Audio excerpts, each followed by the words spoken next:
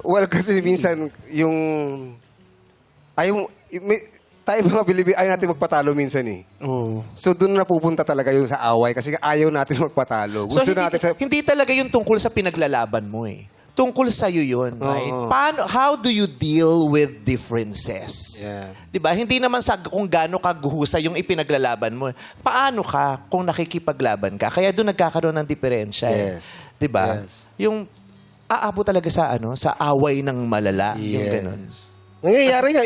Even sa relihiyon, di ba? Yeah. Nangyayari yan eh, di ba? Kasi syempre may iba-ibang mga paniniwala. Oo. Yun lang naman yun eh. Diba, ang daling tanggapin ka sa relihiyon?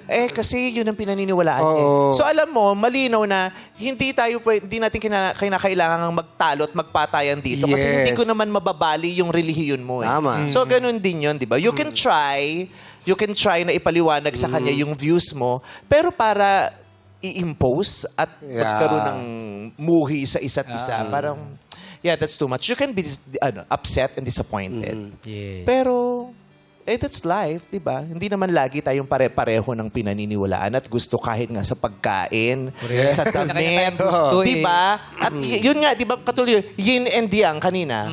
Pero nabubuhay kayo ng masaya together. Magkasundo sila. Kahit magkaiba kayo. Yeah.